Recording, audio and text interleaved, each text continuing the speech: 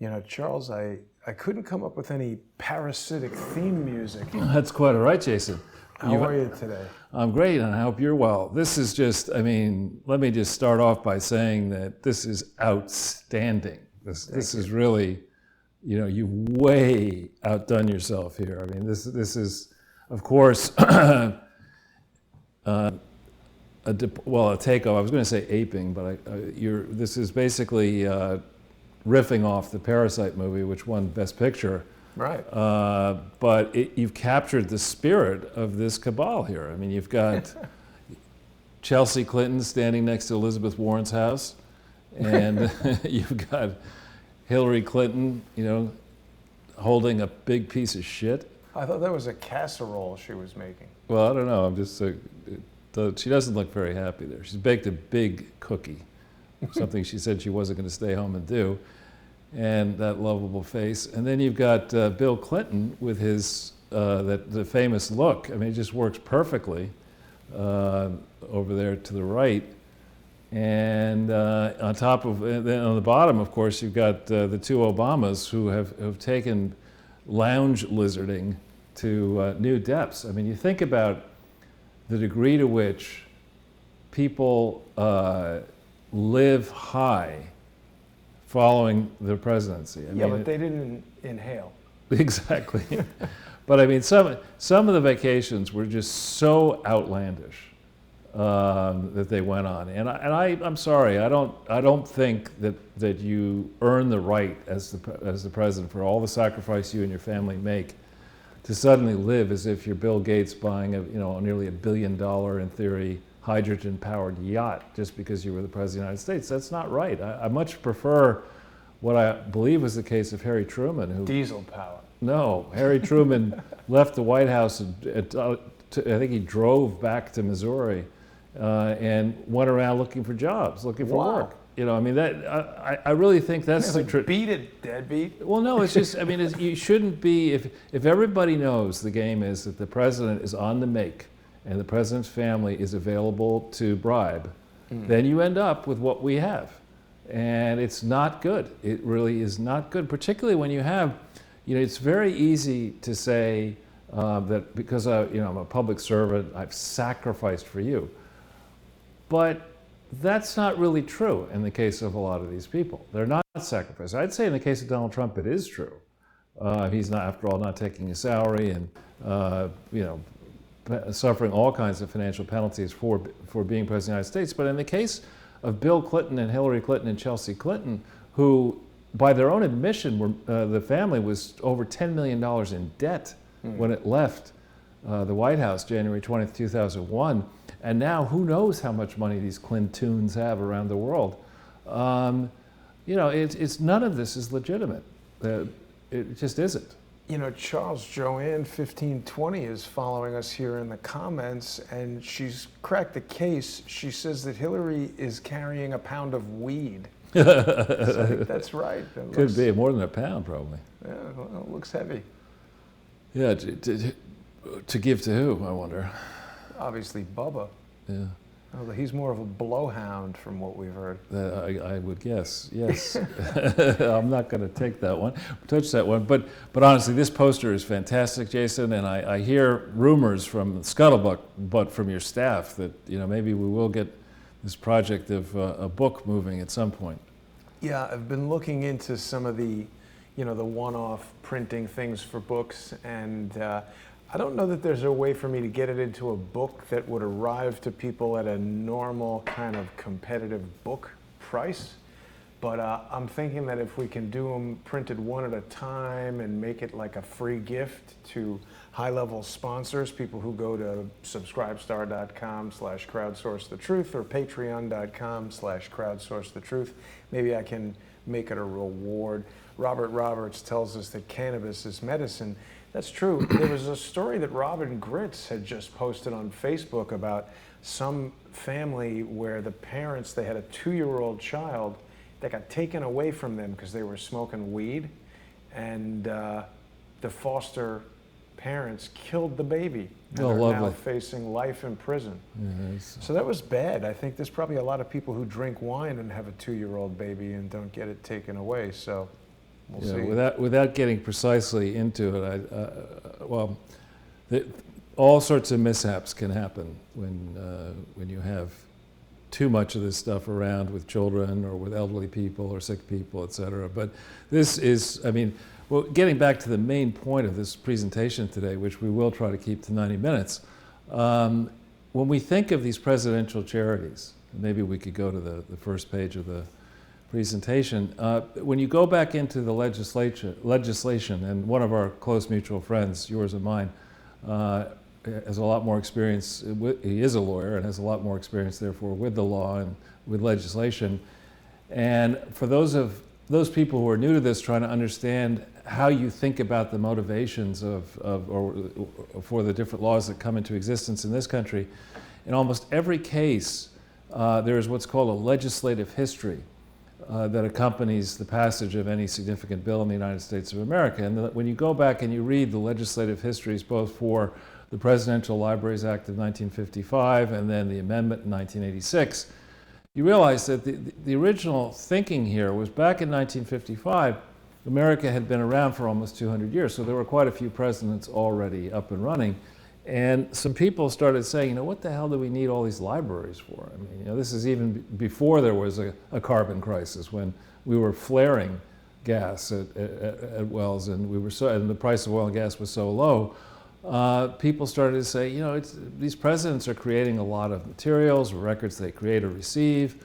Is there a way, rather than having the government suffer the burden of paying for a new library and then paying for its maintenance, is there some deal we can cut where we can get private citizens to fund the construction cost of these facilities if we really need to have them, and thereby relieve the National Archives of the burden of paying people to, well, first of all, coming up with the money for the building, and then secondly, maintaining it and having staffs present. So the benefit of the bargain back in 1955 was, on the one hand, you know, this is going to save money for the federal government. We'll give a tax deduction to the donors who put money to put these structures up and running, provided that the actual entities are in fact lawfully organized and operated charities.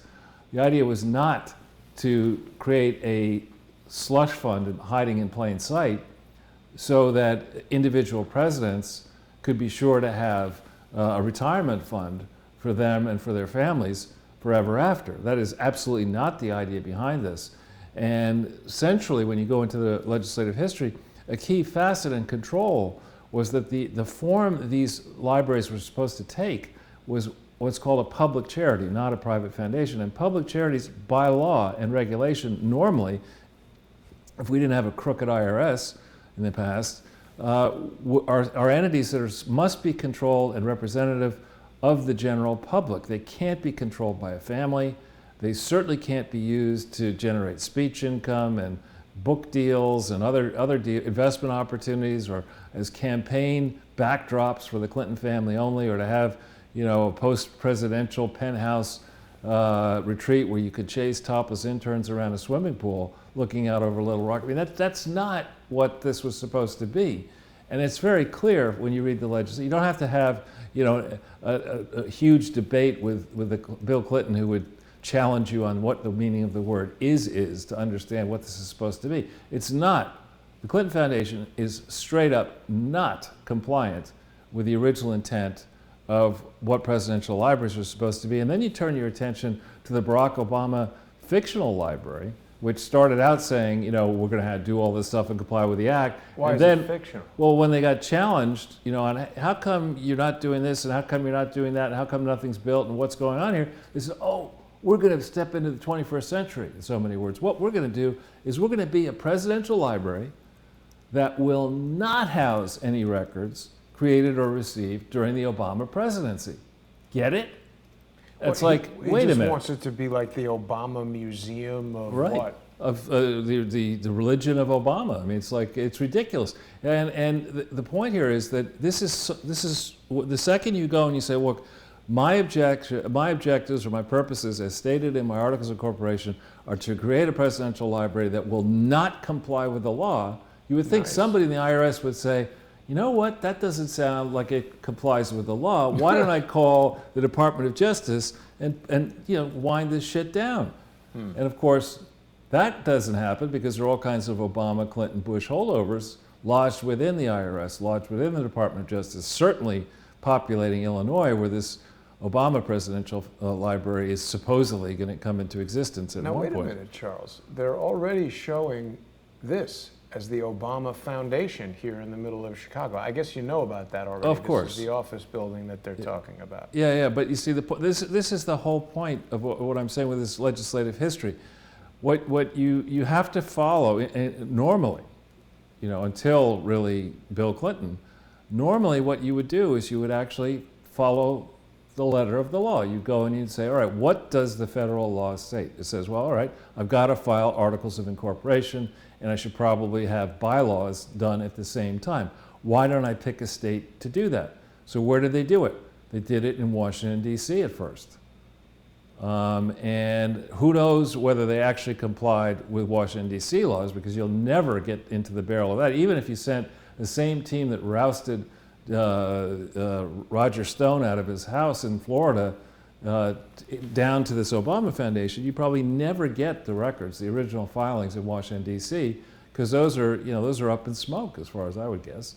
And then, when did this thing actually register in Illinois? Did it do so truthfully? When did it come together and have bylaws? How do you explain that the people on the board of this Obama Foundation are all Obama Democratic hacks or relatives?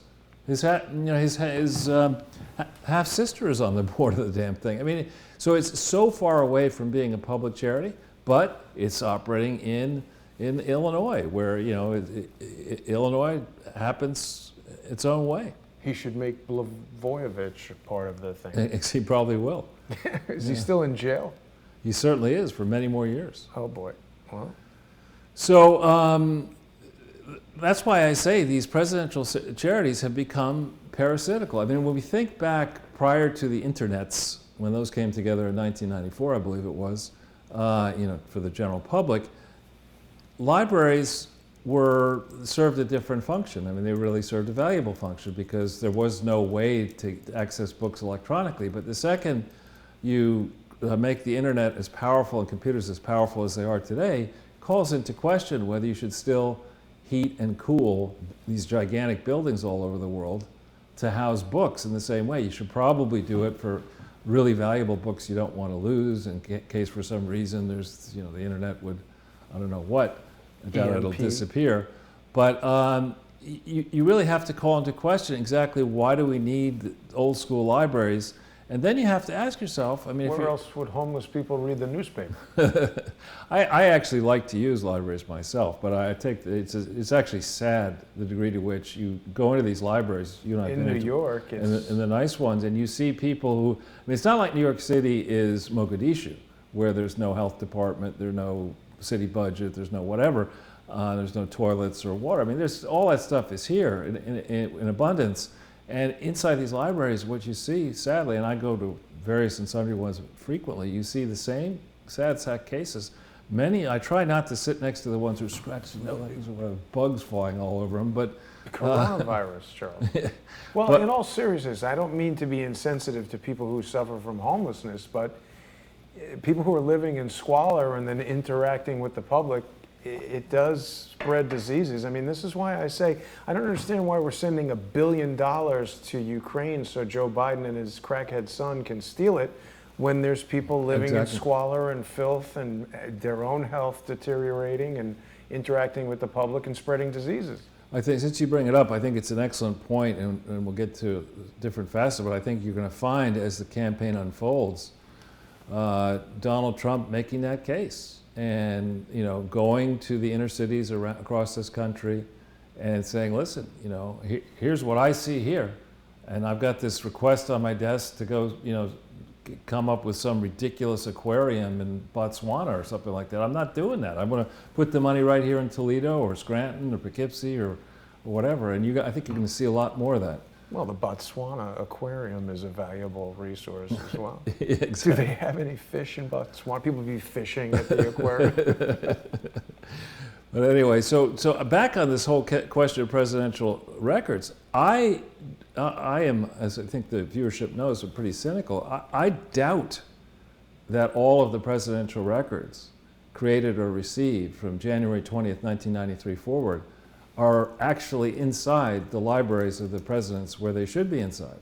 I think there have been a lot of records that were electronic, a lot of drafts, a lot of paper stuff that is incriminating, that has been bleeding, and not simply by the Clintons. I think, you know, by H.W. Bush, by W. Bush, certainly by the Obama team, who knows, by Trump eventually. And you've been to these National Archive buildings. I've been long ago. I mean, they read you the riot act about make you watch a whole film. Yeah, touching a not record to steal or anything, and yeah. it's a federal offense, and you will get totally smashed. But in the case of these presidents, you know, when you're sitting on top of the pile, the first question, like with the Clinton Foundation, is how many records actually got created in the first place? And if you have a gigantic pile over here, and then you've got a team of people whose job it is, you know, to protect you from getting embarrassed or worse prosecuted, looking through all the records and deciding which of the official records should go into the official record. Now that's a process, I think, of going back into the provenance of all these records is something that really has to be done. Sorry about that, Charles. We had a little bit of a problem there that required total restart. We're still live. Oh, this okay. is working, but your presentation is a bit stopped while we wait for this to restart. There are a litany of problems that come up as a result of the surprisingly complex nature of what we're doing here, and we're going to have a lot of people in the audience with a lot of suggestions for what's going on, but this is like diagnosing a patient over the telephone. We should get that Yale psychiatrist to help us out. Yale psychiatrist? You know, the Yale psychiatrist who's suggested that she and a bunch of other psychiatrists have determined that Donald Trump is, you know, is not capable of continuing to hold office. Certainly any legitimate doctor would tell you that no legitimate doctor would diagnose someone who they haven't personally evaluated in their own office. Yeah, of course. And it's actually totally medically irresponsible to do that. What is going on? Blackout.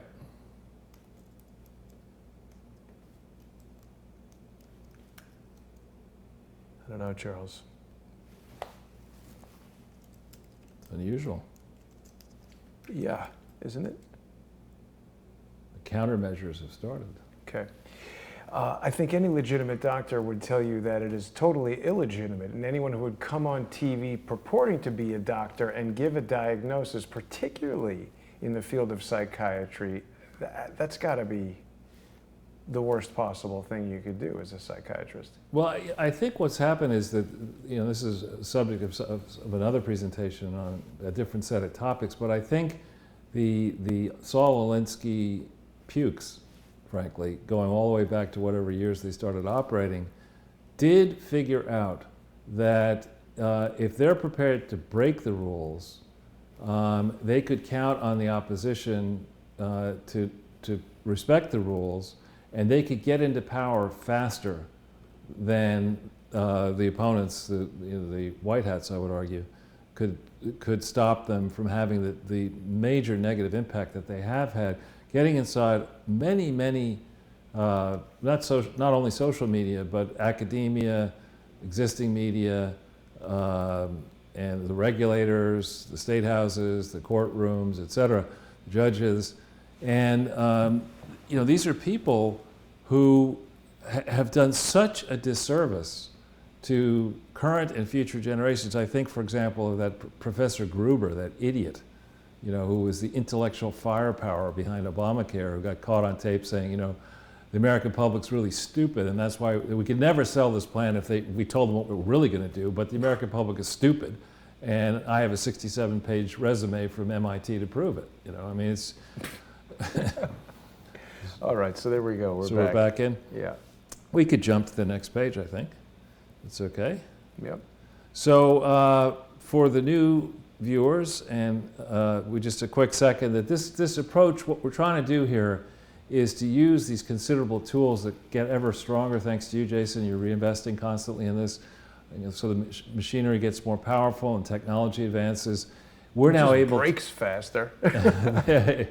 But we're now able to do things that we couldn't do, frankly, in June 2017 when we started on this That's project true. together. And the approach we try to take here is not simply to give you the answer. And I get comments from people, they really enjoy the fact that it's a back and forth. And we try to give you food for thought. And that's why we have married up this idea of doing video presentations and now audio podcasting, as well with these board presentations. And Jason, maybe you could explain how people could get these board presentations. Yeah, well, it's ironic because I forgot to start the podcast thing, so that's going to have to be happening after the fact.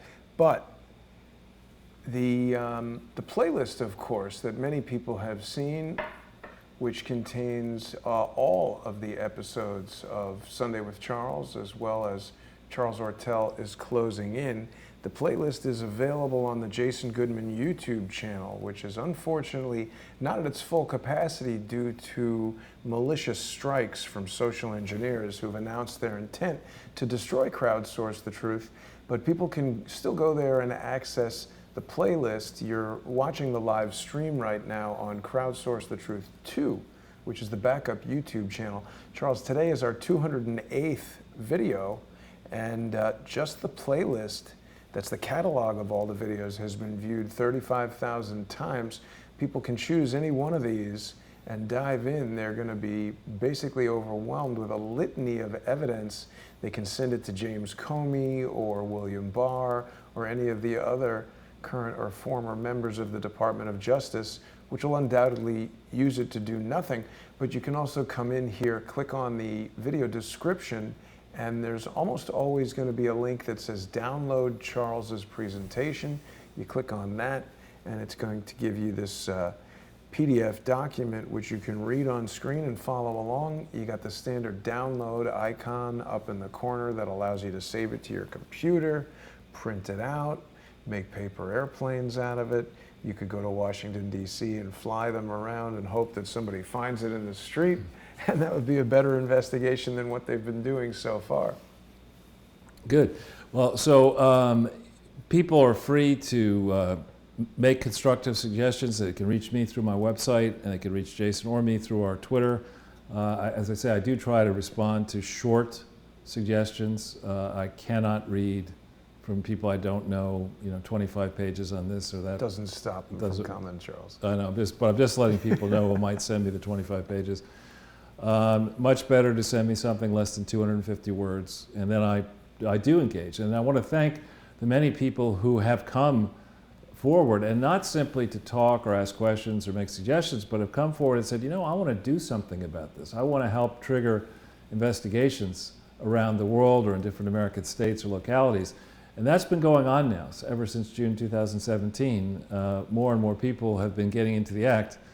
I really do appreciate particularly those who spent long hours reporting many different parts of this charity fraud to many different authorities, including those that I think the Clintons are eventually going to be extremely surprised to learn, how they have already been attacked. And it's not just the Clintons; it's major donors to these frauds. It's the accounting firms, it's the law firms, it's the trustees, indeed it's the IRS itself, and others who have corruptly impeded investigations of these massive charity frauds. So with that, we have, on Sunday, we talked about my article in the American Thinker, and now here in the first link is additional work brought to you by the great Ekaterina Blainova in Sputnik. And this is part of a long series that she and I have done together going back to, I think, May of 2016.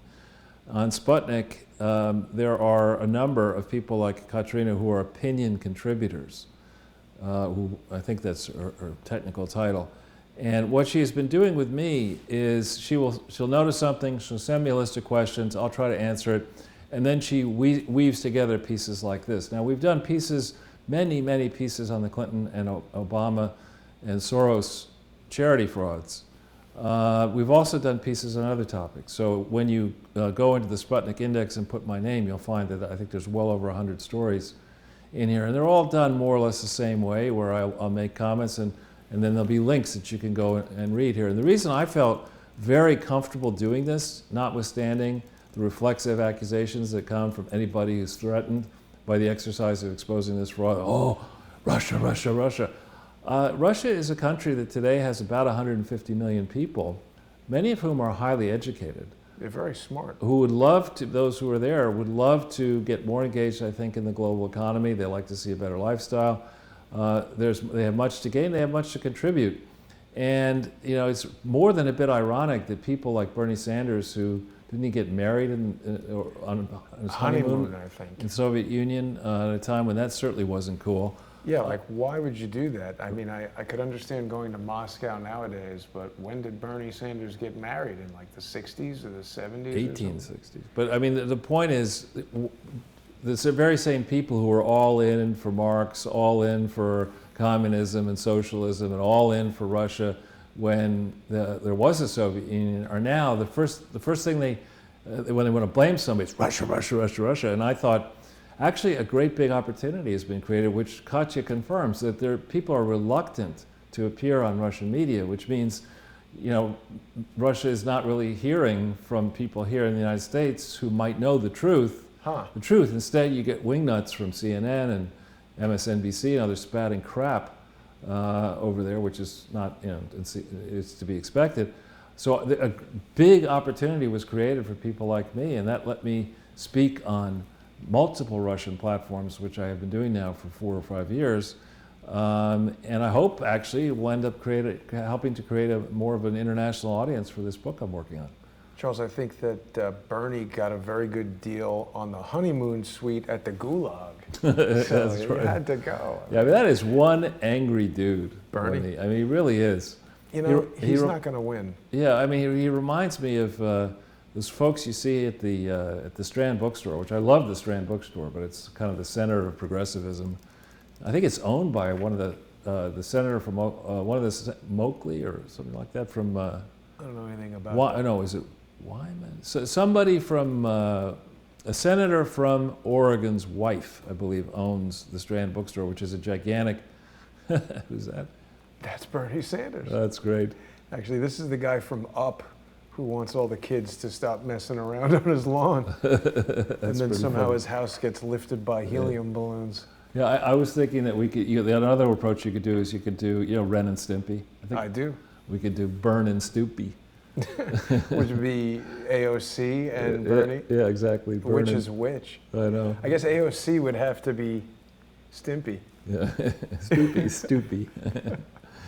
But anyway, so we have this conservative treehouse. If we just hit that second link, is fantastic. And we go down a bit. This is not the story I wanted to hit first. Yeah. Whoever this Sundance person is, and it may be more than one person, has got an incredible feel for the details, but makes the point, according to this latest filing, that there may have been 40 FBI agents working on the Russian collusion delusion Mueller thing. 40 FBI agents. That's a lot. Well, how many people were working on the Clinton Foundation investigation? 0. Well, back in, the one back in 2001 to 5, the one in 2009 where there was a grand jury in New Orleans, the one in 2016, and the one maybe reinvigorated in 2018. I mean, how many people are actually working on this damn thing? But one piece of interesting information here is that apparently the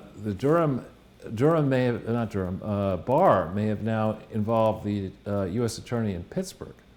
Yeah. Also, so what does that do? Well, it just means that more and more folks are looking at this thing, and I think once you really do go through the exercise of saying, let's, for the hell of it, for shits and giggles, since we're in the FBI and the Department of Justice, why don't we figure out what laws might have been broken here, and let's look at some of the facts, and let's compare the facts to the law, and let's think about calling up a grand jury and having some warrants and having some, let's think about actually prosecuting people here. We got for the hell of it. Nothing else to do anyway. You know, we don't have much to do as the Department of, I mean, you know, why don't we do that? Yeah. And I think once you start pulling on these strings, what you have, and why I was so, one of the reasons I was so happy to do this project is there's a massive public record out there where it's not simply Bill Clinton, you know, yakking on the campaign trail with Hillary. He and his wife and daughter have had to swear out under penalties of perjury documents that have been submitted using the mail and electronic media across boundaries, both state and national boundaries. So these documents are out there, and if they're not true, while you're soliciting money, not just receiving, you ordinarily are in deep shit. Ordinarily. Yeah. Charles Bailey has an excellent question. How did Bernie's wife get away with this fraud case? I don't know how she got away with it. Haven't heard anything about that. I mean, she's highly qualified to be the first lady under a Bernie administration. You know, they're going to figure out who has all the money, and then they'll put those people in the gulags. Yeah. You know. Well, no, you send them on a honeymoon in Moscow in That's 1972. Right. Here's this Red State Scoop from Catherine Herridge, who she used to be at Fox and now she's at CBS.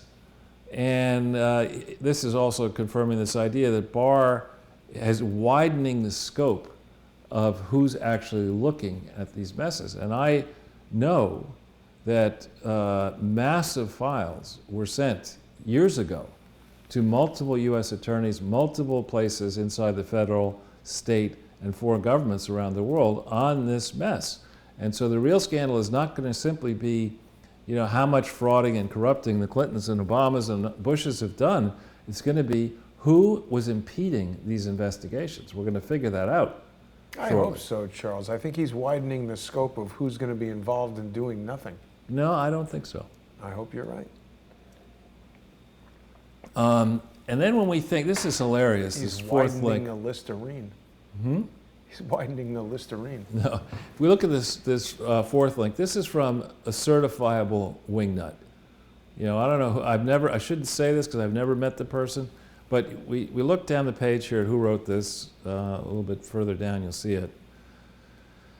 Courtney Kube, K-U-B-E. It's probably pronounced Kube or something like that. But anyway, this at 6 o'clock this morning gets published that according to an assessment, you know, if you can't get Christopher Steele and Orbis, what you want to do as the United States is rely on the crack agents from the Estonian Foreign Intelligence Service. You know, the Somalians were not available. The folks down on the island of Malta, they couldn't do any work. We couldn't use our CIA or the 17 intelligence services we pay for. Anyway, let's ask the Estonians to tell us what they think is going to happen. And, you know, I'm sure these Estonian, so I've been near Estonia, it's actually kind of a pleasant place. And actually, weren't they the first republic to break away from the Soviet Union? One of the early ones, I forget which was the exact first. But I mean, you know, yeah, all right, here's a new report, that's great. Thanks for that, guys, really appreciate it. But I mean, yeah, not exactly the top. And here's NBC saying, you know what, let's make this a big news story. At 6 o'clock in the morning, let's let Courtney Kube write this story.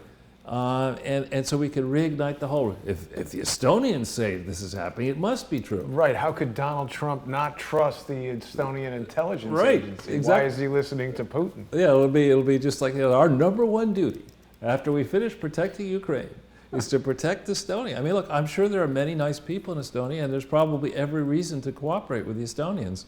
But the real issue here, I would argue, from the evidence in plain sight, is that the Democratic Party, specifically the Obama administration and people who hoped Hillary Clinton would be the President of the United States, conspired to rig the Democratic primary. They were very happy, I think history is going to show, that Donald Trump was going to be the nominee. In fact, they may have encouraged the idea of Donald Trump being the nominee because they felt they were going to beat him like a drum in the general election with the October surprises that they tried to pull. That's the real story. And how many people, how many foreign governments, allied governments like the UK, the Swedes, and others, how many of these governments got together on the bandwagon and said, oh yeah, we're all in for Hillary. We're all in for corruption. This is fantastic. More corruption, more globalism. Forget localism. Courtney Kube with some commando or something. I guess. But and she's got fewer followers than you or I have. Yeah, but she does have the blue check, which I don't understand how this blue check works, because Twitter, when I asked for one a couple weeks ago, said they're not giving them out anymore. The other thing is, I don't like this retweets or not endorsements. I don't think that's correct. I think if you're retweeting something. I don't understand what it even means. Yeah, it's a stupid. It's probably a requirement of her NBC contract. I see a lot of people putting that on there. It's kind of a boilerplate, like I'm smarter than you kind of thing. But since we have, let's stay for a second, since we have on NBC, I would like to give fair warning to Phil Griffin and MSNBC that you're fucking toast. I mean, that's a fair warning. Like, why, well, because he has been a lead trustee of Operation Hope. Oh, yeah. Which is Operation Fraud. I mean, I'm amazed they don't try to get in an honorary advisory board of convicted felons. Let's get Madoff, let's get Milken, we can get Rajat Gupta. I mean, it's a transparent fraud, and MSNBC, Phil Griffin as president and CEO of MSNBC has been, in his personal capacity, on the board of this thing. Is this Courtney Cube again? Could be. This was an embarrassing moment where her kid was with her at work. What happened? Well, on TV she had to like shove him away. That's too funny. Yeah. But anyway, back on Phil Griffin, he is on the board of Operation Hope, which is little more than a personal enrichment service for John Hope Bryant, in my opinion, who's the founder of Operation Hope. And the various trustees who are all each getting something out of this implausible story that somebody who may or may not actually be called John Hope Bryant has dedicated himself to philanthropy from the tender age of 26 with no visible means of prior support. No, the candy. Yeah, exactly. Selling candy in Compton. Business selling candy. Yeah. And so here Phil Griffin decides he's going to virtue signal and lecture everybody else about, remember MSNBC jumped up into the grill of the Trump Foundation and is all high and mighty about the Trump family, and this idiot Griffin's on the board of a corrupt charity that is supposed to do work only in Los Angeles, but is nonetheless going all over the world, also selling these absurd ideas. I call it crapitalism. It's the opposite of capitalism. Capitalism is not about going into debt. Capitalism is about saving, spending less money than you earn, and using that money to invest and make a return on it. It's not promoting the idea that what you need to do is borrow to go to college, borrow to go to graduate school, borrow to buy a car, borrow to buy a house, borrow here, borrow there, and hope that the asset values go up and hope that interest rates go down. It's the basic premise of Operation Hope is stupid. And this guy has been on the board of it the whole time. He's induced a lawyer named, I think, Stephen Bryan from memory, not Bryant, who is with a big firm, McDermott, Will & Emery. And this lawyer is like Bruce Lindsay at the Clinton Foundation, has, I think, failed in his professional responsibilities as a lawyer to root out this fraud. He's failed in his professional responsibilities as a trustee, and those do conflict. And here's Griffin, still touting, allowing this idiot Bryant to come on CNBC and other portions of the NBC network. I mean, it's disgusting. Grifting. That's right, Phil grifting. Yeah. So now on this is a little bit of transition here. This story about China is interesting. I mean, do we believe this latest video out of China, which appears to show people so happy in the detention centers that they're actually dancing? Oh, yeah. Yeah, that's credible. You just can't see the machine guns pointed at these people. A friend of mine who lives in Hong Kong posted a video of a lady leaving her apartment with two small kids, like wrapped in Ziploc bags. I wonder if I could get some of those kid-sized Ziploc bags. Wrap up some. But this, obviously it's a terrible situation over there. It could happen here as well. But I think this is past the point of being readily controlled. And now on the heels of the Hong Kong situation, the protests over the way in which Hong Kong residents were being treated by the central government, I think what we're going to see here is this could quickly lead to even potentially toppling of the Communist Party. if they don't get this act under control here very rapidly. I'll tell you what, if that happens, I'll be convinced that it was a bioweapon. Boy, that would be an amazing It's a milestone. horrible situation, and I feel for the families and people over there. And just to show solidarity, one thing I am going to do tonight, and I'm not going to say where, is I'm going to Chinese food? Chinese food, absolutely.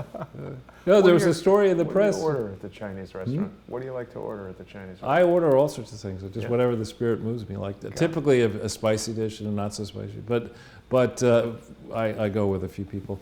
But I think we're going to keep your eye on China, because for many different reasons, the structural approach on trade, the business model of buying all sorts of bric-a-brac out of China that's made more cheaply, produced by now machines over there, this idea of these long supply chains and complexity, all that stuff is going to change, I think, under Trump, and mean that jobs, I think, are going to proliferate back home in ways that even he probably didn't expect. Now, this New Hampshire situation last night is hilarious on many, many levels. And people are going to say, well, Charles, how can you make fun of this? Well, that's what I do. The first thing to understand, for the people who have never listened to Rush Limbaugh, and you'll hold your nose at first and say, Rush Limbaugh, he's an asshole. He's not an asshole. He's a gifted entertainer. And he came up with this idea long ago. He calls it Operation Chaos. What you want to do in states where it is possible for people to cross over and vote in the other primary, you want to encourage, in 2020, you want to encourage Republicans to go and vote in the Democratic primary for the least qualified candidates. Oh, is that why Buttigieg keeps Exactly, winning? exactly. This is a devious. You can't do it in every. I think in Iowa it was because they're trying to rig it, thinking that the deep state could push Buttigieg along the line. But I think the combination of Buttigieg's large belch and the fact that when he tries to say something, you know what I'm talking about, right? Belch? He burped in answer to a question. And What? Yeah. When was that? Oh, a number of days ago. But we look here at these results on the Democrat side. Bernie only got 75,000 votes. And bite me down here at 25,000 votes. I mean, he's the guy, remember, who's, listen, fat, let's go out and do some push-ups. I mean... Dog paste phone? Yeah, I mean, he's really, it's an embarrassment, frankly, that Amy Klobuchar, who's, in my mind, I've got nothing against the color beige, but she's just so beige. I mean, there's nothing that stands out about her. She's not, Steve Jobs hated the color beige. Yeah, I beige is a nice color, actually. It's certain, and I remember in the house I had, the decorator called it coffee colored, or cafe au lait, but I called it beige. Anyway, she's just beige. She's just like, so what? Charles, if you charged someone with voting for the weakest candidate here, you've got so many options. well, I was going to say, that might be one of these, does not compute. That puts the computer into an endless loop that causes it to kill the crew. Because, what? How can we choose? Right, and you look at this, so you got to, in hindsight, people are going to say, why? You heard that this idiot Sanders is going to show you all of the health records that are pertinent to making the case that he's not going to die of a heart attack next week. So not the heart records. Everything else you could see, right? And I'm the guy. surprised the doctor would even allow him to campaign like this after that kind of surgery. It's certainly not recommended. Right, and then you have, on top of which you have, members of his ardent staff seriously talking about putting people in gulags and joking about it, and he hasn't disavowed any of that. But they think it's a vacation, right? They're like, remember Bernie went to that gulag? We should That's put great. people there. That's great. And Buttigieg. Oops, sorry. Buttigieg is, I think Bernie has more executive experience running Burlington, Vermont. Burlington Coat Factory? No, Burlington, the city of Vermont, the capital city. He was the mayor. I don't think he could run the coat factory. Yeah, exactly. And then, so Buttigieg is really, just go home, start a family with your husband. That's all fine. I got no problem with his sexual orientation. It's just he's incompetent. He can't even run South Bend. And as for Klobuchar, legislators generally don't make great presidents. And name the signature accomplishments of this Klobuchar in the Senate. Elizabeth Warren needs to go back to her teepee. and just forget about being president. She should really resign from the Senate, in that she got her position under lying about being a Native American. She could go work, do a speaking tour with that idiot Rachel Dolezal, who identified as being black, even though she's white, that kind of stuff. Right. Go do that. And Biden, I'm sorry, your time was back maybe in 1988, but 32 years later, forget about it. It's not going to work for you. Laura on Periscope is telling us that Klobuchar is missing her left eye. Is that true? Well, that's not, I'm sorry to hear that if it is true, but it's not, this isn't, we want people who have got executive experience. I thought you were going to pull a Trumpism and say, you like people with two eyes. I'll let you do I don't know that. if she's missing her left eye. That might have been a joke. I don't know. Sometimes comments arrive and I don't get it. She's certainly not missing her left leaning.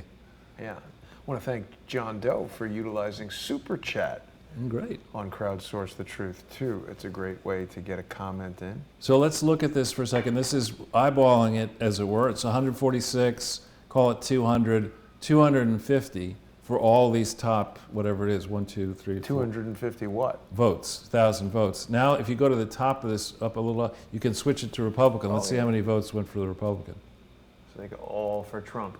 124,000 just, look, Oh. Weld. Tuesday Weld has a huge opportunity here. Yeah, but Weld here got half as many votes as Biden. Who is this? No He one's used ever to be the heard of governor this of guy. Massachusetts. No one's heard of that guy. Yeah, if you're Joe Biden, you should just get on your Amtrak train, go home. Don't pretend you have a Southern accent. Don't go around and say, I work for Hillary, South Carolina. I have my Biden hot sauce in my handbag. Forget it. You're not going to be president. You're burning your tires. It's just not going to work, man. So, if we go back in to the slides, Jason, if we can. Yeah, I was just reviewing the comments there. A lot of interesting comments. Good. There's been on Buttigieg, and I seldom rely on Snopes, which is, I think, influenced by George Soros, but there's this thing that's out there that Buttigieg's father was a dedicated Marxist. So Snopes decided to check it. Oh. And I think people can guess that the reason we're putting it up here is because Snopes says it's true. Oh, Snopes says it's true. Yeah. Huh. Yeah. Spoke fondly of the Communist Manifesto. Yeah. True. Yeah. Well, I'm not surprised. He's part of all these secret societies. He's a rogue scholar. Yeah, well, and so what happens here is you take Susan Rice's son as one example. Susan Rice's son is a conservative, one of our children. And so sometimes what can happen is that, the child says, whatever my parents said, I'd say the opposite. But I think in this case, it'd be one thing if at age 38 or whatever it is, this guy could say, what I did as mayor, I came in, the city was bankrupt, I brought, these companies in, unemployment is now 2%, everything's fine, got great relationships with, the African-American community, the minority community, people are flooding into South Bend from all over the world, the Indians are putting fat. You can't say any of that, it's a slum. And it's got, in the middle of it, it's got this Notre Dame University, which is a source, generally, it's probably like New Haven, that you have a rich university in Yale. And, New Haven is sketchy. Well, I know, you have the very bad relations between, all these kids of millionaires and billionaires who go to Yale, and all the connected politicians, and all the money inside the endowment stands in stark contrast to the ghettos lying around it, and it's very tough to make anything work. Then you layer in corrupt unions and corrupt politicians. So the guy just doesn't have much to brag about, Buttigieg, and yet we're gonna have to listen to him. And so I think his play may be to try to end up being Bloomberg's vice president, but I don't think Bloomberg's gonna make it across the line either. Oh, but that's why he had the gay ice cream ad, perhaps, to just sort of get everybody ready for that. Charles, we've got people asking how to utilize Super Chat, and there we go. There's another Super Chat coming in right now. People can just within the chat, and this is only on Crowdsource the Truth too, but you can see here in the, just in the lower left-hand corner of the chat is this little $sign, and if you hit that, it allows you to put in a super chat message, which sends some money to Crowdsource the Truth, helps keep the operation going. I do appreciate the super chats, but of course, I don't have any mechanism for allowing people to access the huge and growing library of sponsor-exclusive content that you get on Subscribestar and Patreon. So it's up to people how they choose to do that, Charles. Good. Yes.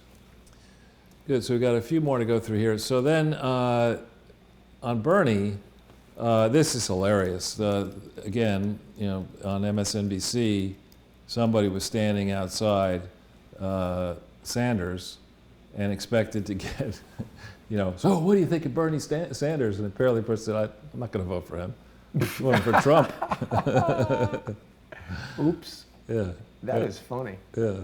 And I think you're going to see a lot of that. I mean, I think inside, the way it works is I'm sure on the college campuses and the newsrooms around the world. Yeah, they all hate Trump. It's easy to hate Trump.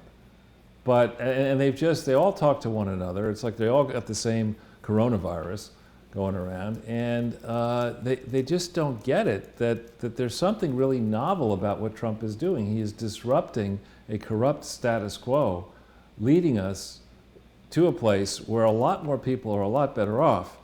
And it's really, looking ahead, assuming things remain on course, it's really going to be fun.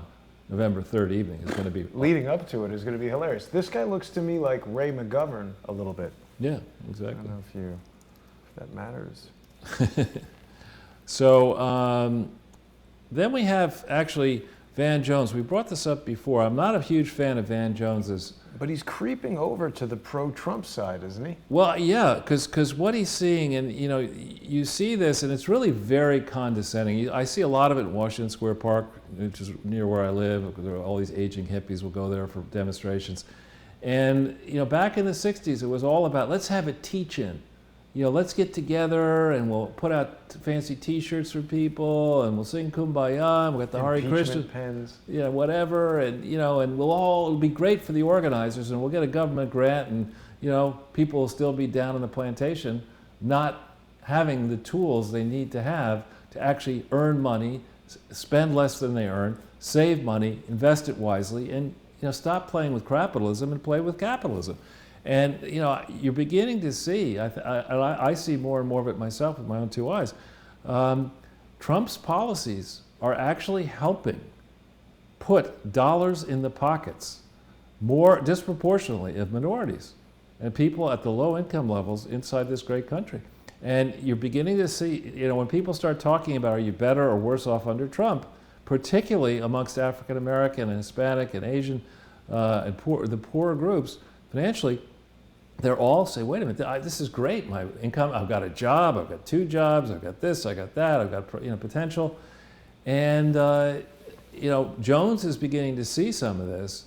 Where on the other hand, I think people like Nancy Pelosi and Hillary Clinton and Bill Clinton, and Obama for that matter, their strategy is no, we want to we want dependence. We want people who need government. We want to make sure people ever more, if we got them dependent on us, then we can force them to vote for us, and we just stay, we pretend we're working, and we just wallow in the misery. We remain merchants of misery. People need to listen to Van Jones, right? Didn't he work for Obama in some he capacity? Did. What was his deal with Obama? I forget exactly. But he was, he was at one point quite radical. Now, the Republicans are actually beginning to Devin Nunes, and I know you've got issues with Devin Nunes, but he and the House Republicans are beginning now to say, we've had enough of this crap, this bullshit. Schiff is not the chairman of the Judiciary Committee any longer. I mean, or at all. He's chairman of the Intelligence Committee, and he's derelict in his duties, frankly, trying to regulate what actually happened with FISA abuse, et cetera. And you're going to see, I think, we're already in February. Everybody understands that the Congress takes the summer off, and then in September you've got the election. So we've got very few months left to try to get anything done. And I think the Trump approaches will continue to try to get stuff done, but let's really invest time, attention, and energy in the project to retake the House, enhance the lead in the Senate, not of Republicans, but of conservatives. You know, if we can get rid of Romney, let's get rid of Romney. Let's trade people who are reflexively never Trumpers in both parties for people who see that, you know, despite all the resistance, the incredible accomplishments economically and geopolitically that this president has been able to accomplish since January 20th, 2017. Charles, it's like he's been walking uphill with a pound of weed on his back. Or no, with Hillary Clinton on his back. Yes. And then this, to close it off, this what recently happened stuff, I saw this, I couldn't resist putting it up. Here's a story about somebody working in a church who managed to embezzle $561,000 from a church. Wow. And that's a project. I mean, how do you embezzle that much money? From a small organization. And what kind of a wedding did she hold for $561,000? Holy cow. I mean, that must have been some wedding. Right. And how did people not notice any of this? Right. So this kind of story, you know, is just unfortunate. And you see, here's somebody being charged 13 crimes. And more, there's a great friend of the show, whose first name is Kevin, who sends me daily now more and more Department of Justice prosecutions for the small fish. This is horrible. The person deserves to go to prison for a long time. Yeah. But we can't just at the end of this only put black women and black men in jail for the crimes that the Clintons and the Obamas and others have been committing around in charities. That is not fair. We can't. This is a lot of money, $561,000, but it's nothing compared to the Clinton Foundation. The thing that's particularly bad about this is stealing from the church. I mean, everybody's going there, practicing religion, donating money. They think it's going to go to like starving kids or whatever, and then this lady steals it to pay for her wedding and her car loan. I don't know. We had Bishop Gators on yesterday talking about Kobe Bryant and the helicopter crash. He revealed a ton of information throughout Kobe Bryant's history about Kobe Bryant being linked to Luciferianism and all of these occult religions, and people were getting pissed off in the comments. They were like, Kobe Bryant goes to my church. The point is, I think most people who go to church are honest people who are trying to live a pious life and all that, but a criminal can slip right in there and be like, see, I'm in the church, I must be honest. Well, I mean, that's steal all the money. I mean, that's the history, frankly, of religion. Right. I mean, you do have saints, but you also have quite a few sinners in all the religions. Yeah. Including the religions that aren't even religions, especially including those. Right. So let's take let's go back. We were in Norway a while back, and let's refresh people's memory. Back in 2008, there's this tender period after an election when you've got a president in Obama who has been elected, but he has not yet taken office. So in the so-called transition period, Obama resigned early, before Hillary did, I think, his Senate seat. He resigned promptly to just focus on getting ready to be president. But in this key period, we had one legal memo done by Kamiki Gibson, and we have the link for people who didn't know about it, basically saying, on the 10th of November 2008, to the CEO of the Clinton Foundation, a lawyer, outside lawyer, says, the foundation, as opposed to its initiatives, which I have not reviewed, okay? So she's only looked at a little bit of the foundation, operates more like a political operation. Okay, this is in writing on the 10th of November 2008. A lawyer studied this, not just any old lawyer, a Williams and Connolly trained lawyer, a Harvard graduate, cum laude Harvard graduate. And the actual memo that has been confirmed, John Solomon had the Clinton Foundation confirm that it was actually a real thing. And you can read it for yourself, it's quite lengthy. This is on the 10th of November 2008. If we go to the right, on the other hand, 6 days later. Sorry, John Doe is telling us that Pocahontas is toast and he's loving it. Good, Pocahontas. You have 6 days later, Valerie Jarrett somehow is able to sign an MOU, a memorandum of understanding, that is all, not a single word of this sentence is correct. A single entity, there is no entity, William J. Clinton Foundation, on the 16th of November 2008. There just isn't. No bylaws, no nothing, there isn't. And it isn't comprised of a library and 7 initiatives. None of the other initiatives are lawfully organized or operated. So none of this is correct. This is 6 days after an internal memo inside the Clinton Foundation, done by a lawyer, is delivered to its CEO. They're negotiating with Valerie Jarrett, who evidently must not be terribly smart. She signs this. Now, how did she do the diligence? Who did she rely upon to check any of this? Because you'd fire every one of those people. It was Mountain Dew diligence. Exactly. Then you go up the page a little bit. Then you have, right before, I put this date in red, in February of 2015, and huge shout out to our mate in Australia, or in Asia, Michael Smith. He had this piece, people could read it in some depth. There are a lot of links. This is a memo written in February 2015, before Hillary announces officially for president, and states, in July 2008, so 4 months before these things below are written, the president of Chai, Which is who? Anil Soni, a man named Anil Soni, Yeah, right. tells the Clinton Foundation that Chai, which had then been part of the Clinton Foundation, had been stealing money, basically $23 million. So, Ira Magaziner, Chai's CEO, and the president of Chai is Anil Soni. So these two people walk into the Clinton Foundation in July of 2008 and say, you know what, we stole $23 million. Thanks You for know, that. and so that's why most likely Kamiki Gibson didn't review the initiatives, because this is the biggest initiative. So Magaziner knows this, Anil Soni knows this, Bill Clinton knows this, Hillary Clinton likely knows this, a lot of people know this in July of 2008. Then there's the legal memo saying, look, we're fucked. And nonetheless, they Legal say, mumbo jumbo, Charles. we got to Break it get down for us. Obama to be the president. We got to get him across the line, and he's going to make Hillary Clinton Secretary of Stealing. So, she's got to get across the line too. So if we go down the page, I think that's about it on this page. We then get to, I've got a new title for Ira Magaziner. He's the chief blowhard, and here, Brown, I don't know if you've ever been to Brown University. No, I don't think I've ever been to Rhode Island. Well, you're missing. I mean, that's the center of God's universe. Didn't the governor beat somebody over the head with a log and kill him?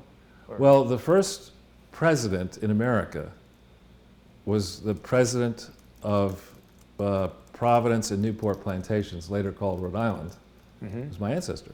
Oh, wow. So Rhode Island's a great place. Why does the story of beating somebody over the head with a log cause you to remember that? No, because it must have happened later. John Doe has utilized Super Chat again. Thank you, John Doe. Wants me to purchase you a coffee at McDonald's, but I'm encouraging you to not go there. I like coffee there. So anyway, this is an excerpt from the product of 2 interviews that were done, and you won't be able to use JSTOR here, I don't think. At the library you can, or you create a JSTOR account. I think I have that from I have a library card.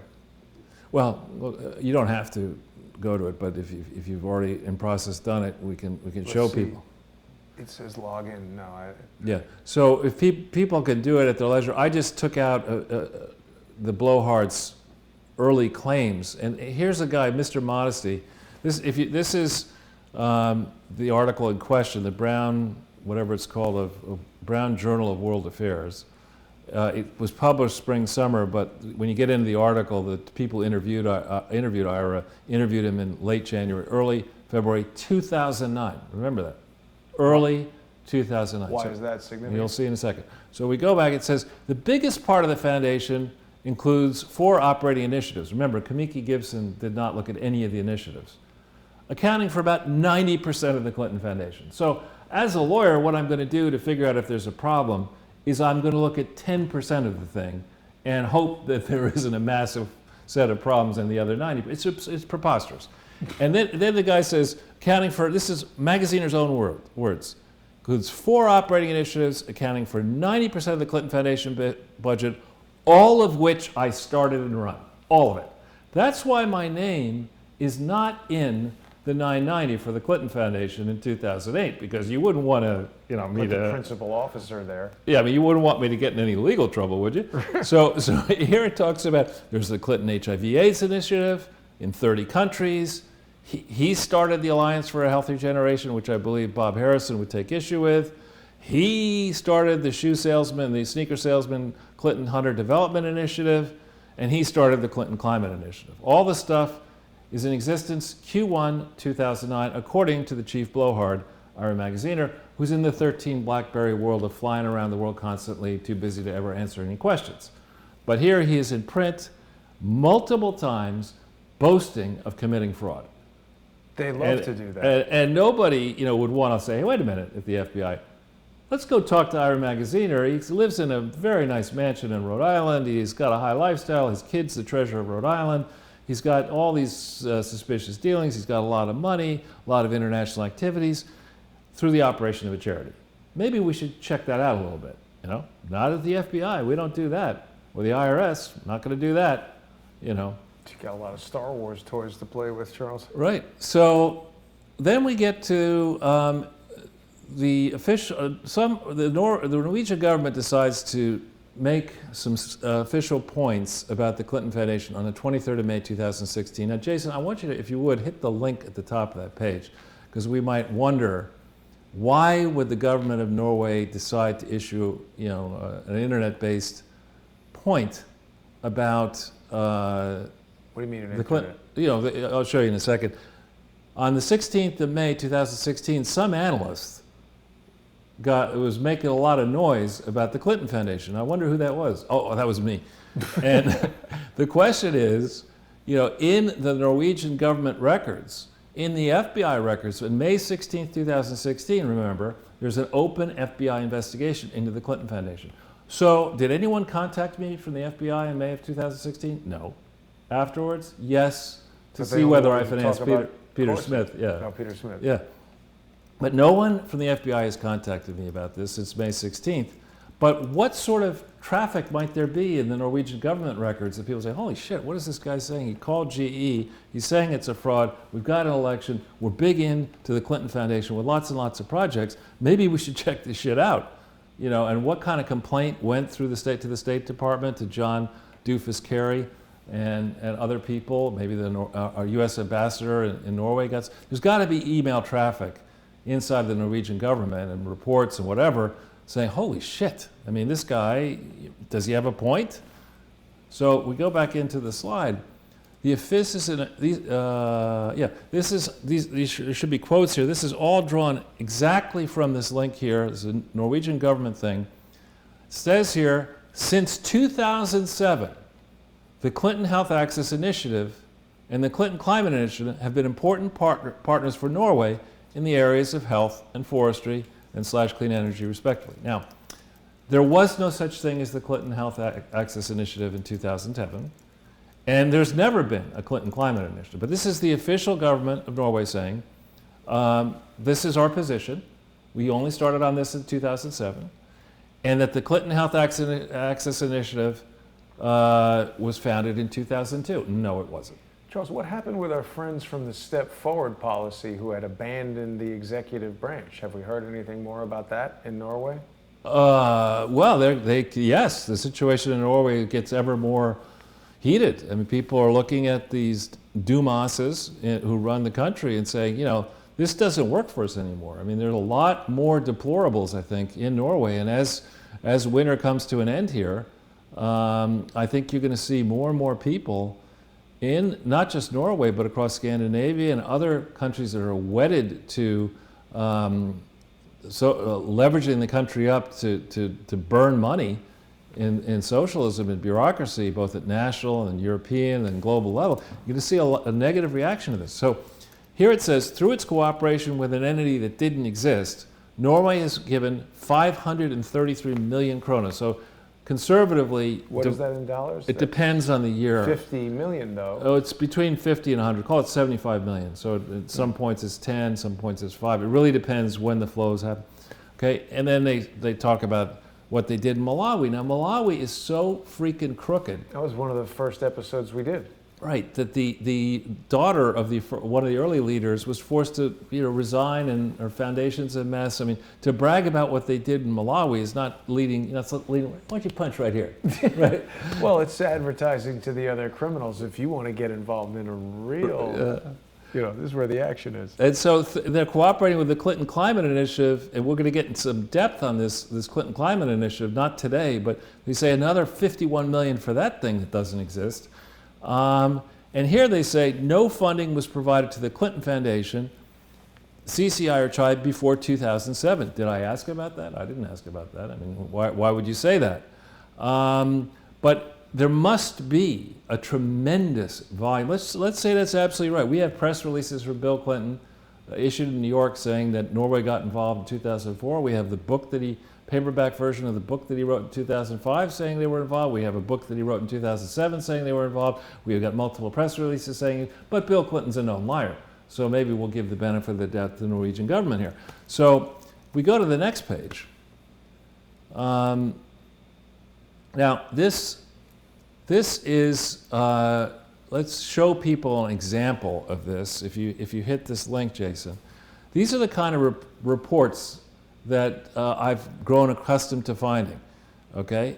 And, we're not going to make fun of the name of the consultant from Baker Tilly, which I think is some kind of accounting firm, Kailas Botbot, who, his parents must have really loved him. Kailas. KK Botbot.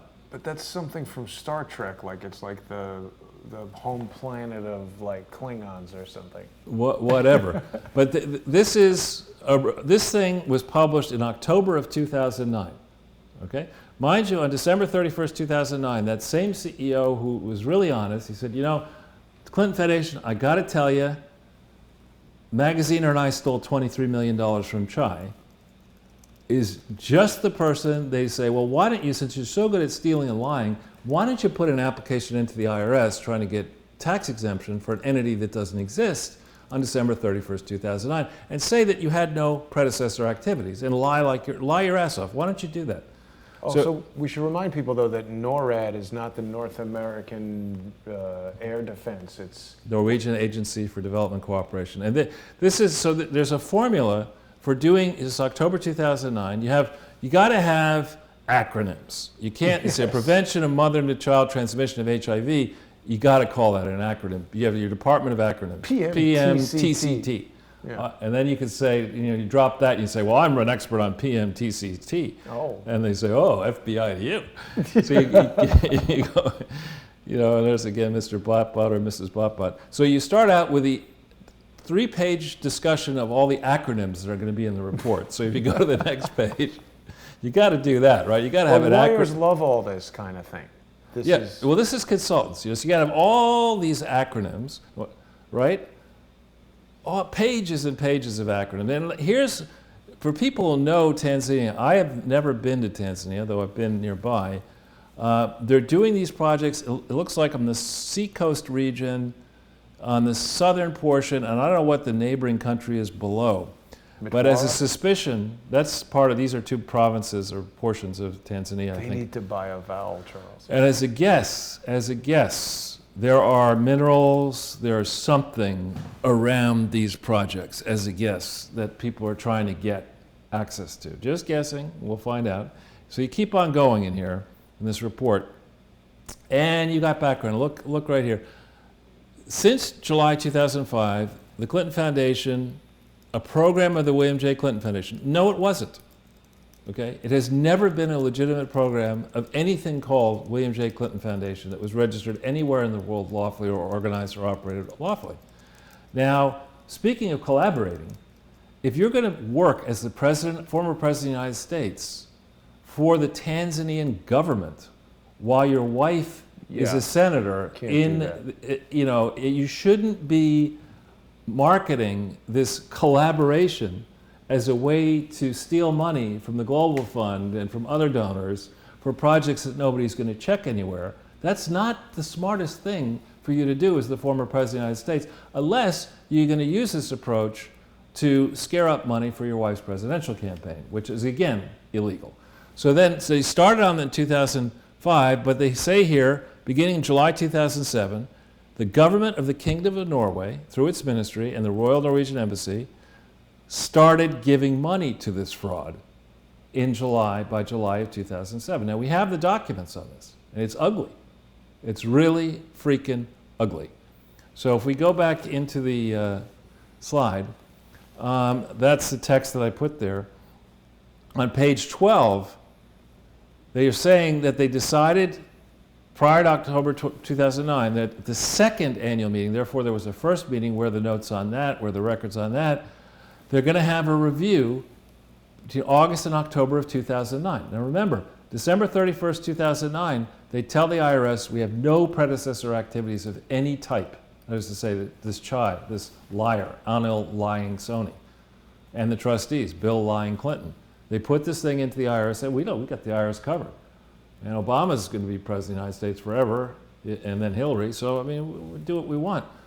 So where are these records? There have got to be extensive records of how the meeting came together, who planned it, what representations were made, what reports were issued. Where is all that stuff? So go to the next page. Here is a summary of what Mr. Botbot had to say about and his Sounds Indian, Botbot. He sounds stupid to me. I mean, it's hilarious. There's 9 points that Botbot and his people make, or his or her people make about Chai. All right? However much money Chai was supposed to put in, it's not in the financial statements. There's no control over the expenses. We can't use the coding system to track expenses. We don't know what happened to the money we send out into the field. There's a possibility that the money we say we spent, we haven't spent. We made payments to suppliers based on pro forma invoices. Now, have you ever done that? Like somebody says, hypothetically, I'm going to give you a bill about what I might do for you. And why don't you pay it? No. Why don't you pay it in advance? Yeah, I have a lot of problems getting people to pay actual invoices for things that had already been done. Right, yeah. So, and then you say certain expense entries just, where it's the head office of the Clinton Foundation, not Chai now, the head office of the Clinton Foundation says, just say that you spent this money.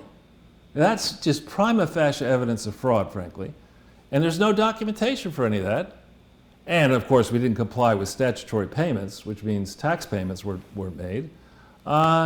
And this gives us, these are 9 points they make, all right? And then it says, in general, considering the quality of management of Chai and their commitment to the project, Norwegian's funds are in safe hands. How do you have these 9 points and reach that conclusion? It's ridiculous, right? And so this is a document that came together and was issued October 2009. Okay, this is when you get into this, you have to ask yourself. I didn't know until recently how much corruption is prevalent in Tanzania. Let's hit this link here.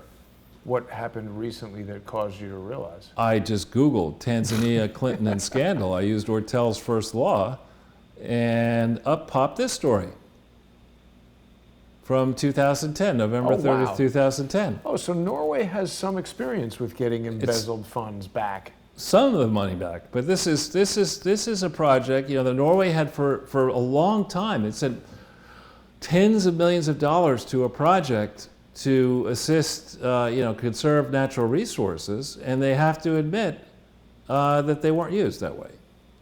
Why do you suppose? And it's $2 million we're talking about here. And who did this work? The auditing firm of Baker Tilly. We'll hire them as Mr. Botbot's firm.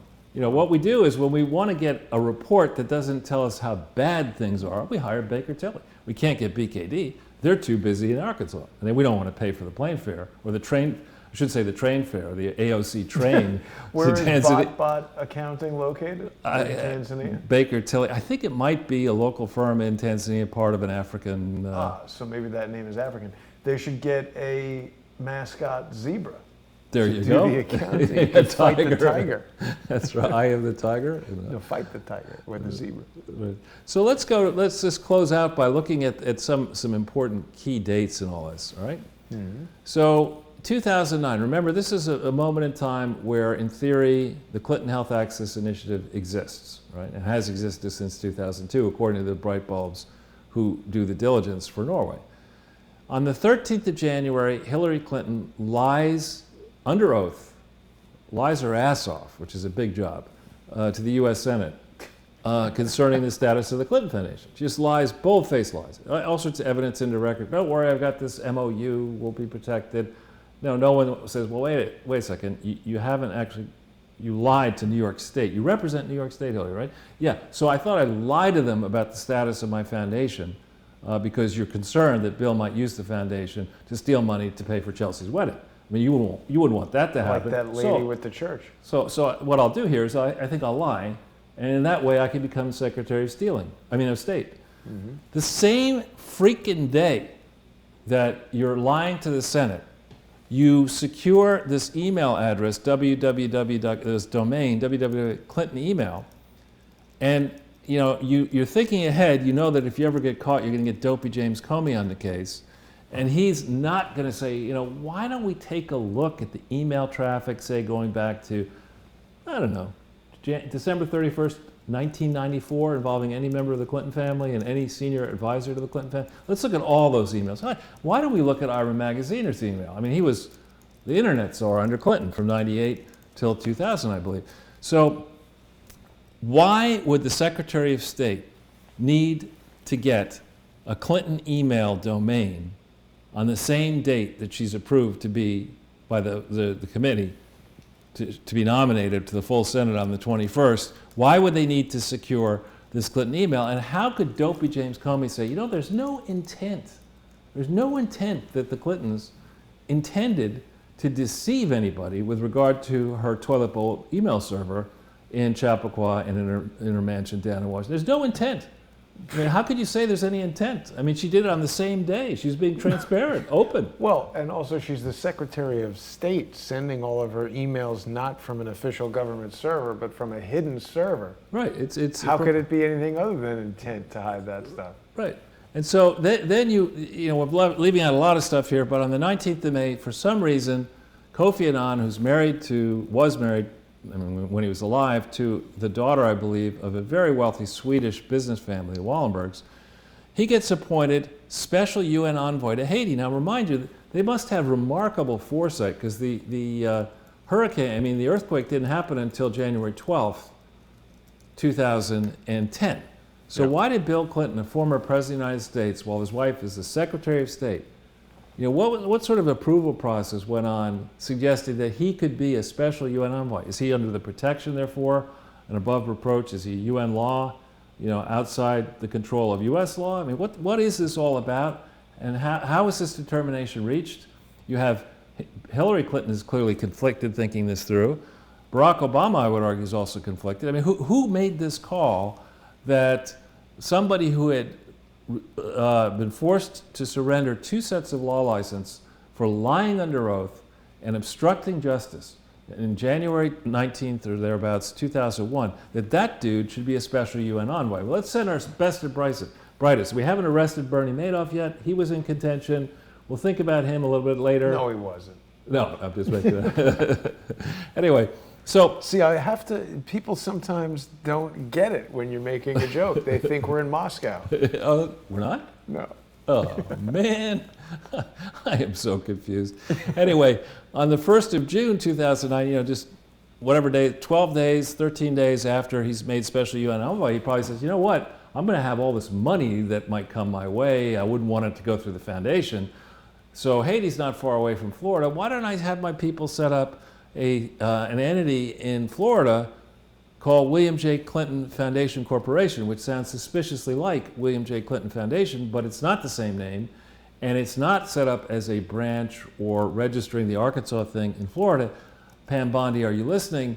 It's set up, and prosecutor, it's set up as a special Florida entity, pretending that it is the real thing. This is a classic hallmark of fraud. What do you mean a special Florida entity? The correct way to do this is you have the Clinton Foundation, you would have adopted articles of incorporation, we've been through that, and bylaws, trustees would have done that, filed all the reports, done everything lawfully, not had the president lie his ass off and hire an idiot to be your CFO and lawyers who don't give a shit about anything and these are get a lot BKB. of steps, Charles. Yeah, you wouldn't want to do any of that, but what you would do is, assuming everything was right, you would say, well, I need to raise money in Florida. I'll just go and fill out the form of registering my Arkansas corporation, which already exists, as what is called a foreign corporation inside Florida. Instead of doing that, they created a new entity in Florida, a mirror image of the one in Arkansas, and said, no. This one has a slightly different name. We'll get people to send money to this thing over here, and then we won't consolidate it into the parent. That's how we're going to steal the money that may come to us. One of the ways we're going to steal this money. Would you say that this is expert stealing or just haphazard nonsense? No, this is, I think this is, people went after this with a plan. This is a long-standing pattern and practice. Thinking ahead, they've done campaign after campaign. It goes back to the coon dinner in Little Rock, where they have people eat varmints. Raccoon. Right, exactly. That's what they call it. It's a bit of New York Times articles talking about the Arkansas coon dinner. I don't understand how they can say that. Right, and that's where Hillary developed the idea of hot sauce. You use the hot sauce on the varmints, you don't know. Bill laughs about it in his book, Giving. Oh, so giving heartburn. with all of this, and the fact that you had a senator, now a secretary of state, you're representing New York, beginning January 3rd, 2001, as Hillary Clinton is a senator in Washington, D.C., only on the 29th of July do you bother to try to register William J. Clinton Foundation with the Secretary of State in New York. It's preposterous that that New York would jump all over this. Okay, so then remember all the crap that President Trump got for the very poignant moment giving Rush Limbaugh the Presidential Medal of Freedom. Right.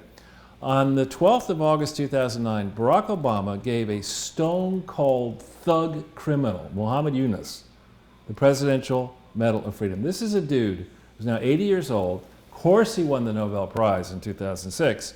His idea is microcredit. That what you would do is, the reason that people are poor around the world is they can't get loans, and of course they're poor so they can't get big loans. So we'll get in the business of charities of making tiny, tiny loans to rice farmers and people living in the bush and here and there. And we'll have this big song and dance story about that's doing wonderful things for the local economy. This idiot gets the Nobel Peace Prize. What he doesn't tell people is that in addition to virtue signaling and taking credit for all this, he's stealing money so badly that the Bangladeshi government, which is, probably got a better reputation than the American government at this stage, but the Bangladeshi government decides that this guy is such a disaster that they remove him from control of the entity that he started, for which Norway gave him the Nobel Peace Prize. Really? Yeah. And this guy gets, in August of 2009, Barack Obama gives him the highest honor that you can get, that the president can bestow on this straight-up stone-cold fraudster, who, by the way, attorney generals of many states, and particularly New York and California, you need to look more carefully at the filings of Grameen Foundation and the various Grameen entities, which are all blatantly fraudulent. Grameen. G-R-A-M-E-E-N. Nice. Right? So if we go back in, So then Barack Obama decides on the 22nd of September, even though there is no such thing as the Clinton Global Initiative, they've been holding meetings since September 2005 in New York, without registering the main foundation, without even bothering to create a Clinton Global Initiative, Barack Obama decides to address the Clinton Global Initiative meeting. 7 days later, Bruce Lindsay incorporates in Arkansas the Clinton Health Access Initiative, but doesn't arrange for bylaws to be filed, doesn't arrange for initial directors to come together and adopt these articles. And, because Barack Obama has done such a great job in the scant months he was in office before people were nominated, the nominations closed to get the Nobel Peace Prize, he learns on the 9th officially of October that he's getting the Nobel Peace Prize. Richly deserved. I mean, he's been in office less than a year. I mean, think of all the things he's accomplished. I thought it was while he was president-elect. He hadn't even arrived yet. Well, the issue is the nominations closed sometime, I think, in either late February or early March. So he'd been in office for like several weeks. But he'd done such a good job. The market was crashing. Hillary Clinton became Secretary of Stealing, and got to give him the Nobel Peace Prize.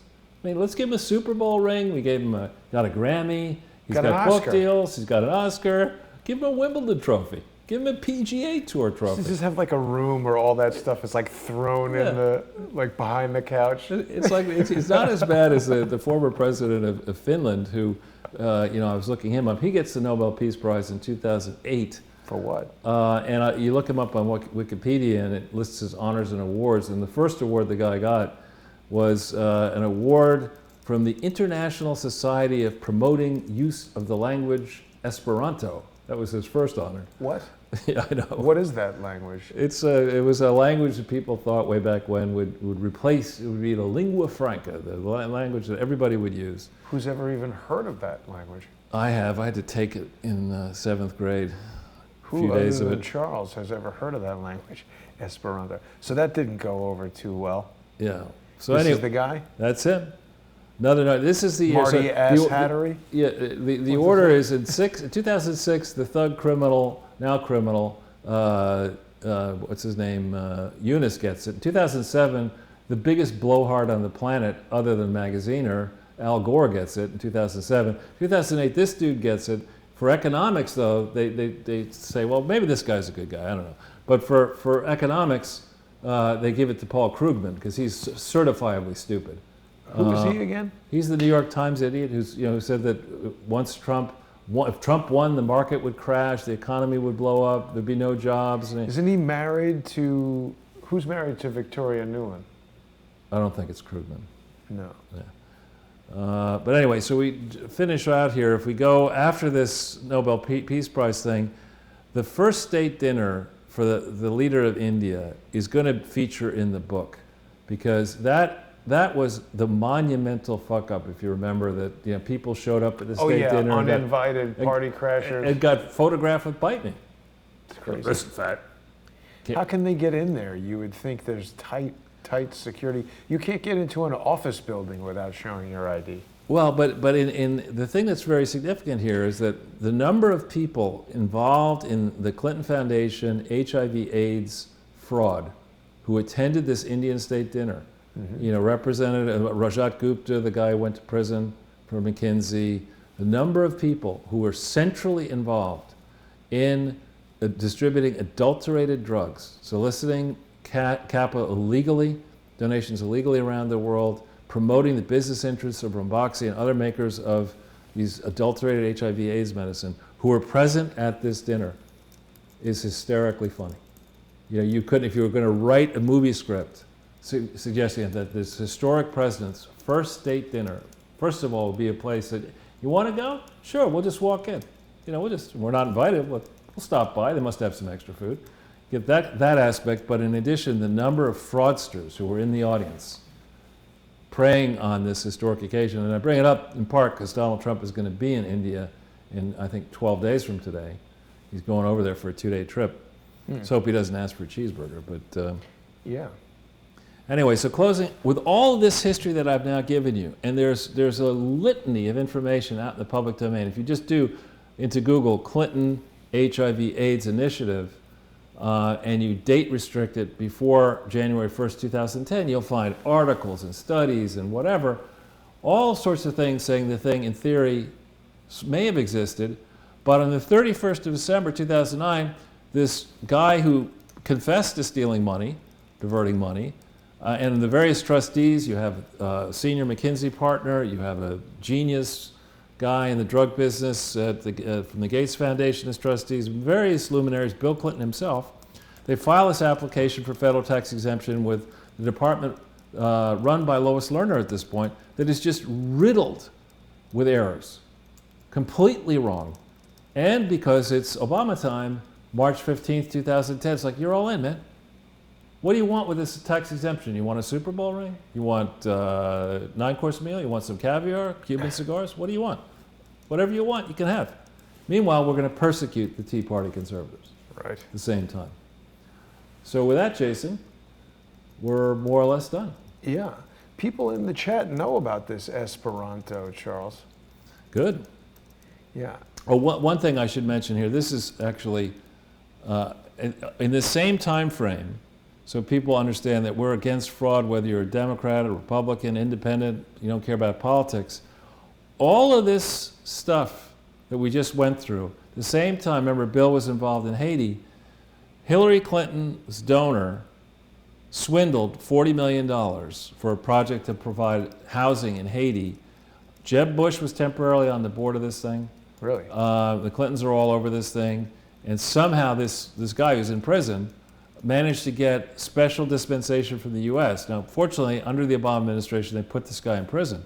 But they haven't taken this as far as they need to take it. How many projects like Innovita are there where Clinton donors, Obama donors, Bush donors got special dispensation for projects that made no fucking sense to begin with in the first place, that were run as carefully as the Norwegian project was run in Tanzania, which means not at all? How many accounting firms blessed these frauds? How many lawyers just failed to discharge their duties to either the client or to the profession to refrain from engaging in illegal activity? Indeed, as officers of the court, to report potentially illegal activity. So this is just one case study. You could go here, I think, looking at this set of messes, these parasitical foundations. And remember, we had Doug White on for a 3-hour presentation with Fabien. You know, he set up the NYU and then the Columbia Graduate School to help prepare people to run charities properly. Just by looking at these 5 people and the charities they're associated with, you probably could do enough case studies to keep 1,000 people busy producing reports, whether printed out or electronically or whatever, for 40 years, going through all the stuff that's in the public domain. Then imagine what you could do if you actually had the FBI and the ability to go into saying, all right, guys in the FBI, what the fuck were you thinking? Put away those Legos. Well, yeah, put those Legos away. What the fuck were you thinking about from February 2001? Thinking? Wait a minute. To 2005, when Bill was off in India and Africa, all these different places. You knew where he was. You had he had Secret Service protection. You had the ability to know exactly where he was. You could see the speeches he was writing. He was soliciting money. You did nothing about this while he was under investigation. You know, that's what they do. Think what you could do if you wanted to actually drain the swamp by making examples of these very powerful, exalted people who've decided that national laws don't apply to them. They're globalists. They're doing God's work. Don't trouble them with details. Don't ask them any tough questions. Because if you do that, you know, they'll get the thugs to put you in prison, or worse.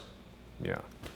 I'll tell you, Charles, a lot of people know a lot about Esperanto. Here, I thought it was a radio station in Grand Theft Auto. No, it's a language. You definitely don't get that joke. I don't. But Charles, it's been another great episode. You know, normally on Wednesday evenings, we're having the new sponsor-exclusive show on Subscribestar and Patreon, which is High Dive with Lee Stranahan. Lee is a little bit under the weather today, so he's not going to be appearing, but Larry Klayman will be joining me asking and answering the question, how far will the deep state go to stop President Trump? I know a lot of people were waiting for that the other day. Larry had a little bit of a schedule conflict, so we're able to get him in there tonight. That'll be on YouTube and Periscope and Facebook and all the other channels, but I do hope that people will become sponsors. Visit subscribestar.com/crowdsourcethetruth or patreon.com/crowdsourcethetruth. Sponsor the show, even if you're just watching the free shows. Can't keep doing these shows without your sponsorship. So please join us on there. And Charles, we'll see you on Sunday. And you'll be here, so I'll be with you. It'll be Sunday with Charles. There's a thing. Otherwise, it's just Sunday. Thanks for watching, everybody. Oh, wait a minute. You had a just in. Well, yeah, that was the, we could show people that. That's the imminent. Got knocked out when the computer froze. Let me bring that back here for a second. It was the imminent what? Donald Trump's going to India now. I've been to India. I keep track of my travels, so I know these figures. Been there 15 times, and last time I was there for 90 days in a row, which is a long time to be in India. 90 days in a row. Yeah. Living in the same hotel, more or less. You lived, so that's good. Nice hotel. But anyway, look at this, he's going to do a rally basically in India. If you go down the page, it says here, it'll attend a speech by the leader of the country called, "How are you, Trump?" With 100,000, and he did a rally in Houston where the name of the rally was "Hello, Modi," and so now they're responding with "How are you, Trump?" I mean, Oh, it's going to be really? hilarious. I mean, it's really going to be hilarious. And Wow. and I can say, I mean, I'm somebody who does not really like crowds. I don't have any, like Strange. psychological. To live in New York City. Well, I mean, I don't like to go into, like, I don't like to go to stadiums. I don't like to go to very crowded places. But You're not rocking out at the club on Saturdays? no, I don't do that I shit. hate those I used to do places, that too. stuff, but Can't stand 'em. centuries ago I did that. But anyway, Too loud. yeah. Well, it's, one of the last experiences there, I was maybe, I don't know, late 30s, with a guy who was maybe 8 years younger or something like that. And he says, "Charles, you got to come out to this place. It's fantastic. It's great. You'll never know who you meet." And we were sitting there, and all these beautiful girls and older men and whatever. And Don't they know you from the Hamptons? well, it'd be even better. So he said, "Charles, you got to come here more often. Again, you'll never know who you meet." And he does this. He goes, "Dad?" Oh, I was like, "Oh man." that is pretty funny, Charles. And with that, I think we will call it a day. Good. Thanks for watching, everybody. Oh yeah, 9 p.m. for the show with Larry tonight, 9 p.m. Eastern. Don't miss it.